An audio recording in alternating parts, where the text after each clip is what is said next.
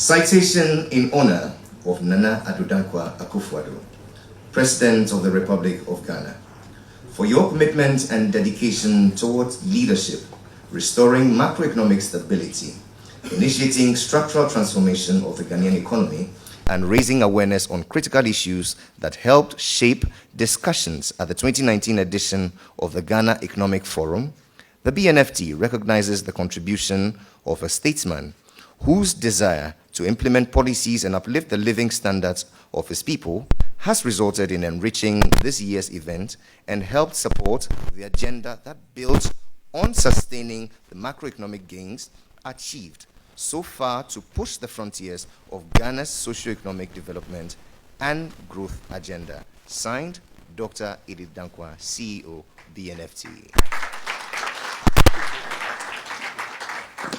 And so, ladies and gentlemen, a resounding round of applause to celebrate this gesture.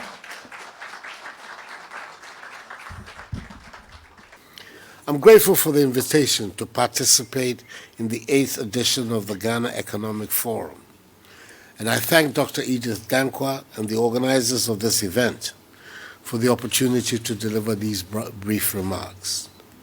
Ladies and gentlemen, the theme for this year's forum, sustaining financial and economic stability, the key priorities, reflects exactly the work undertaken by my government since assuming the reins of office in January 2017.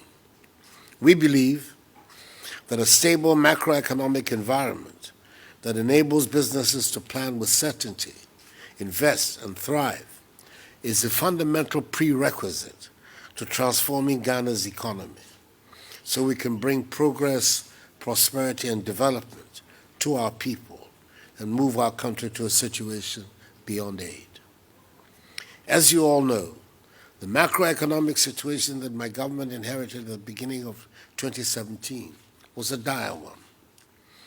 GDP growth at 3.6% at the end of 2016 was the lowest in over 2 decades. The 2016 fiscal deficit was 9.3% and inflation at 15.4%.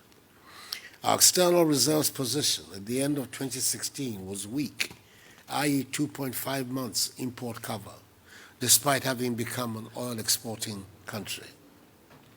The banking sector was weighed down by a plethora of poorly capitalized and weak and insolvent institutions with potentially grave consequences for the entire financial system. Agricultural and industrial activities were down.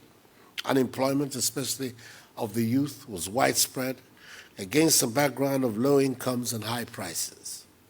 This was the distressing state of the economy that awaited us in January 2017, despite an ongoing 3-year IMF extended credit facility arrangement that had been initiated in April 2015 with the previous government. Since 2017, we see an economy that has been growing consistently above 7%, and in the last 2 years has been among the world's fastest growing economies. Indeed, the IMF projects Ghana's economy this year to have one of the world's highest growth rates of 7.6%. Inflation for September stood at 7.6% in single digits, the lowest in over 2 decades.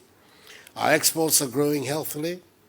Our trade balance, for the first time in more than a decade, recorded a surplus in 2017, maintained it in 2018, and we expect to maintain the surplus for this year as well.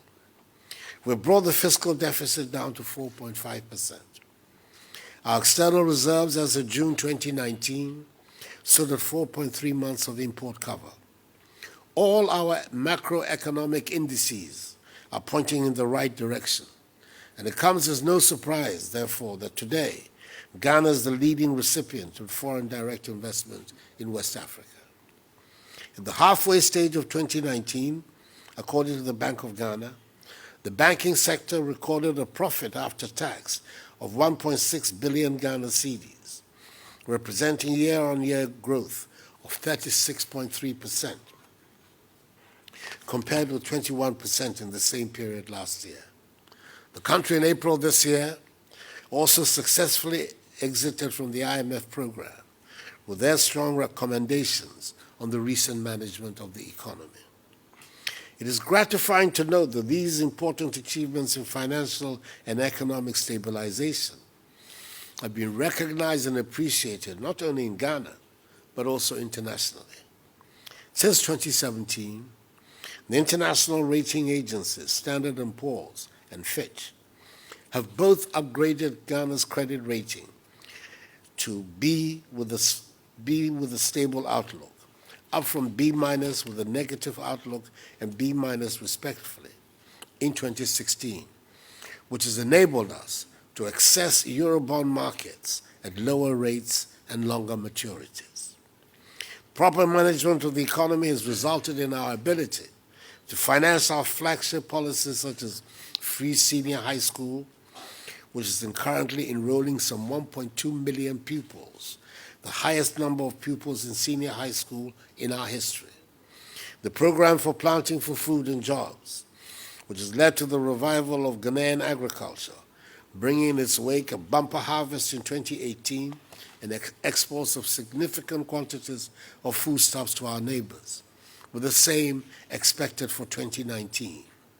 The One District, One Factory initiative, which is ensuring an even spatial spread of industries in the country. The One Village, One Dam policy, which is guaranteeing all-round agriculture. The restoration of allowances of nursing and teacher trainees that were scraped by the previous government. The employment of 100,000 graduates under the Nation Builders Corps, and the recruitment of 60,000 young men and women under the Youth in Afforestation Program.